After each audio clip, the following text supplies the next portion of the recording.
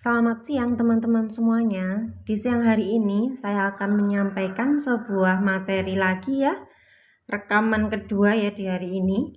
Tentang apa yang sudah kamu lalui sejauh ini yang membentuk dirimu menjadi permata yang tiada duanya. Ternyata masing-masing jiwa kita sangat unik dan begitu berharga. Sekali lagi kalian boleh nih sekali-kali bisa ngaca ya dan ajak ngobrol diri. Mungkin selama 10 menit ya setiap bangun pagi ya 10 menit kamu alokasikan waktu untuk ngaca dan ngobrol sama diri kamu. Kemudian kamu akan merasakan kembali dekat dengan sejatinya diri ya. Nah, di sini teman-teman saya pengen memberikan sebuah sebuah narasi ya atau penyemangat hidup ya, bentuk ekspresi dari ketuhanan aja ya sebenarnya Tuhan ya teman-teman. Bukan di sini tuh saya itu memberi motivasi, tidak ya, bukan saya memberi motivasi, saya tidak memberi apapun di room ini ya. Saya hanya bercerita kisah kehidupan yang pernah saya jalani atau skenario hidup yang pernah Tuhan tuliskan kepada hidup saya. Disinilah saya akan menyampaikan ya dan nanti saya akan upload ini di YouTube Zero Ismi ya teman-teman ya. Nah, disinilah saya ingin mengajak teman-teman semuanya untuk sadar penuh bahwa kita ini selalu hebat ya. Bahkan ada orang yang merasa dirinya itu sangat rendah sekali, bahwa ada orang juga yang menganggap dirinya itu tidak berharga. Dan ketika ada seseorang yang merasa dirinya itu tidak berharga sama sekali, disitulah titik dia sangat berada di bawah. Mental dia sangat down sekali ya. Mental dia benar-benar pada titik yang sangat-sangat rendah. Makanya kenapa kita perlu setiap jiwa kita masing-masing menjunjung tinggi diri kita sendiri ya. Kita harus merasa diri kita ini memang berharga dan hebat. Dan teman-teman tahu nggak, banyak sekali orang-orang yang mungkin sekarang ya terkena gangguan kesehatan mentalnya ya. Dari anak-anak ya, dari SMP juga sudah ada, dari SD juga sudah ada, SD, SMP, SMA sampai kuliah ya. Bahkan banyak ibu-ibu muda yang terkena gangguan kesehatan mental juga loh teman-teman ya. Kenapa mereka itu bisa mengalami seperti itu? Ya, karena satu, mereka juga banyak tumpukan emosi yang terpendam sejak dia kecil, bahkan sejak dia berada dalam kandungan orang tua. Mereka sudah diwarisi DNA yang mengundang yang mengundang pendaman emosinya itu muncul, itu ada dalam tubuhnya. Sehingga teman-teman ya, dia tidak sadar atas hidupnya sampai akhirnya dia dewasa. Dia merasa jiwanya itu jauh lagi. Kenapa ya diriku kok jauh ya? Kenapa ya kok hatiku kok hampa banget ya? Kenapa ya diriku ini kok kayaknya aku jauh sama Tuhan? Kenapa ya aku merasa aku sendirian? Kenapa ya aku merasa aku nggak berharga sama sekali? Kenapa ya aku gampang marah nih gitu ya? Dan ternyata ya dari segala emosi yang sudah terpendam sejak dulu banget ya, bahkan ketika kita itu ada di kandungan ibu sudah diwariskan itu semuanya. Dan sampai kita dilahirkan nih, ketika sudah dilahirkan, disitulah ya teman-teman, semua pendaman emosi itu menjadi sebuah energi, yang mana energi itu menggerakkan tubuh fisik kita. Nah, menggerakkan tubuh fisik kita inilah yang akhirnya kita hidup tidak dalam sadar penuh ya, bahwa yang menggerakkan diri kita ini bukan dari kesadaran murni ilahi, atau benar-benar kita merasakan memang Tuhan yang sedang menggunakan ya, tapi dari data-data lama, data-data yang sudah terekam di sel-sel DNA tubuh kita, yang kemudian dari sel DNA tubuh itu ya menjadilah itu yang menggerakkan semua badan kita. Makanya kenapa teman-teman, ketika batin kamu aslinya menolak sesuatu, tapi badan fisik kamu itu selalu pengennya sesuatu itu terjadi ya. Jadi disinilah ada yang disebut dengan tubuh fisikmu dan tubuh fisik, tubuh energi dan hati nuranimu itu akan berseberangan, tapi kamu tidak punya kuasa untuk menolak sesuatunya itu. Makanya kenapa? Karena di dalam tubuh energi kamu yang sudah bergerak otomatis itu ada data-data yang menggerakkan. Nah, data-data yang menggerakkan inilah yang aslinya kita melatih diri kita untuk sadar penuh ya. Kita melatih diri kita untuk sadar penuh supaya apa? Pola-pola di masa lalu yang sudah turun temurun sejak tahunan ya, sejak puluhan tahun bahkan ribuan tahun yang lalu, dari DNA leluhur kita ya, dari DNA semuanya ini ya, yang sudah ada, sudah diwariskan, itu akan terputus dengan sendirinya saat momen kita benar-benar dalam keadaan yang sadar penuh ya. Disinilah kita latihan untuk sadar.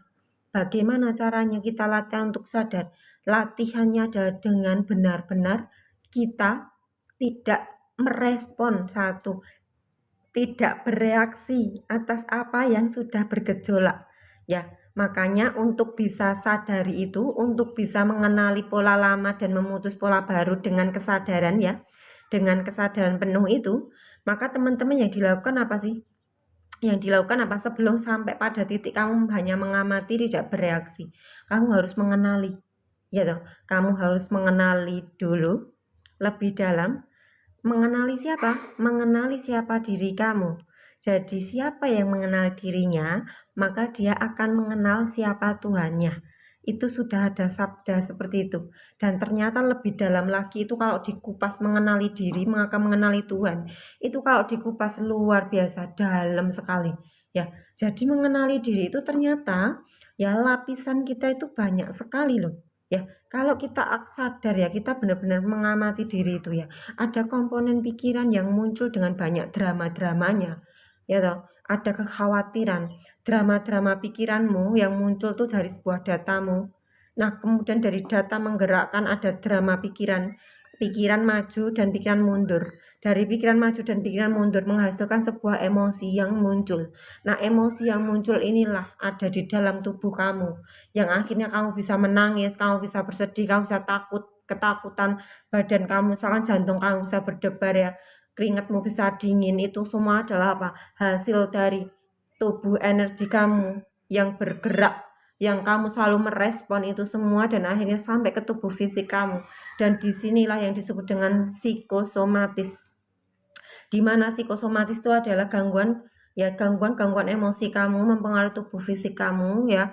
Dan disitulah yang disebut ketika kamu ke rumah sakit ya, kamu tuh periksa nggak ada penyakitnya, tapi kamu merasa tubuh kamu tuh kesakitan ya. Disitulah ya letaknya aslinya saat kamu mengalami psikosomatis. Di saat kamu mengalami tubuh energi kamu itu sudah bereaksi, sudah sampai ke tubuh fisik, di situ bukan kehancuran, justru di situ adalah awal dari kebangkitan kamu.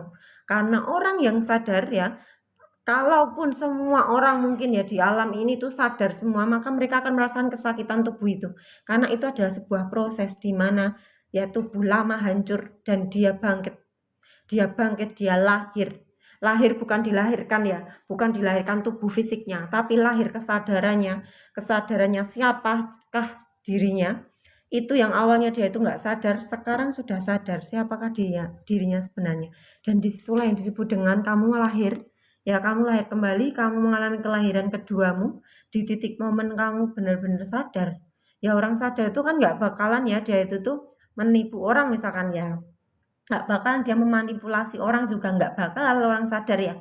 Ya, orang sadar itu akan paham, mengetahui gejolak batinnya yang sedang muncul dan tidak bereaksi. Jadi dia tahu, oh diriku ada yang takut, diriku ada yang khawatir, diriku ada yang merasa ini itu, tapi dia tidak bereaksi. Tidak bereaksi. Kalau dia nggak sadar, dia akan bereaksi. Bereaksinya apa? Dengan satu menipu orang ya. Contohnya dia akan menipu orang ya. Kalau orangnya itu tidak sadar ya, dia ada emosi ini itu, dia akan bergerak. Tapi kalau orang sadar, dia tahu ada emosi dia yang muncul. Ya, ada emosi dia yang muncul, entah emosi negatif atau positif itu dia tahu ada yang sedang muncul, tapi kamu tidak bereaksi.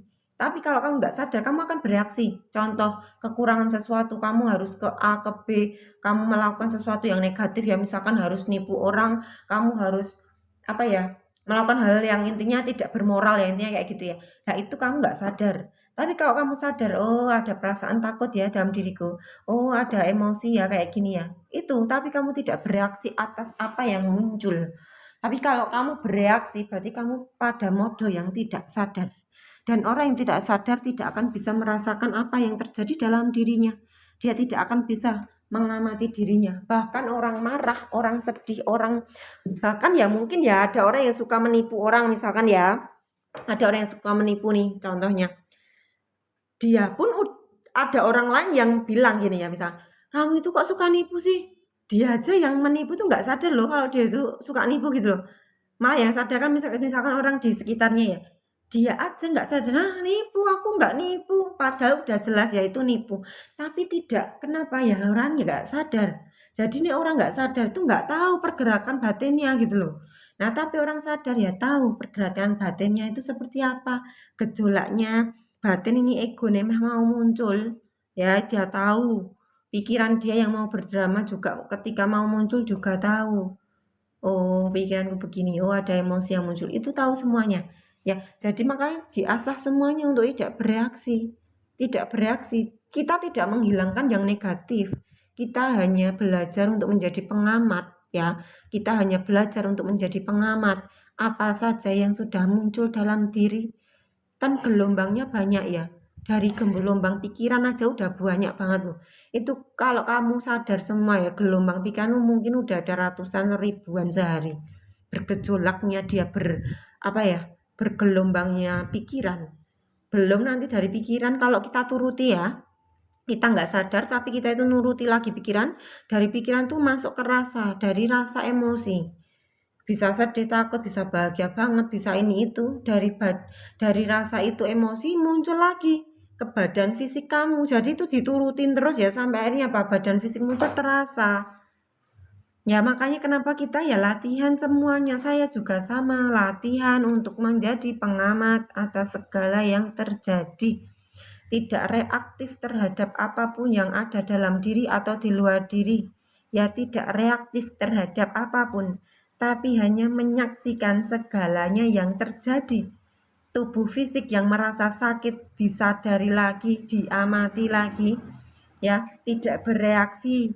Nanti pikiran yang muncul juga sama, ya, disadari lagi, tidak bereaksi lagi. Dan itu ada cara-caranya juga ya kalau dibedah lebih dalam tuh nggak selesai-selesai ya, nggak udah-udah ya. Tapi buat teman-teman yang mau gabung aja di grupnya, silakan gabung WA atau DM ya.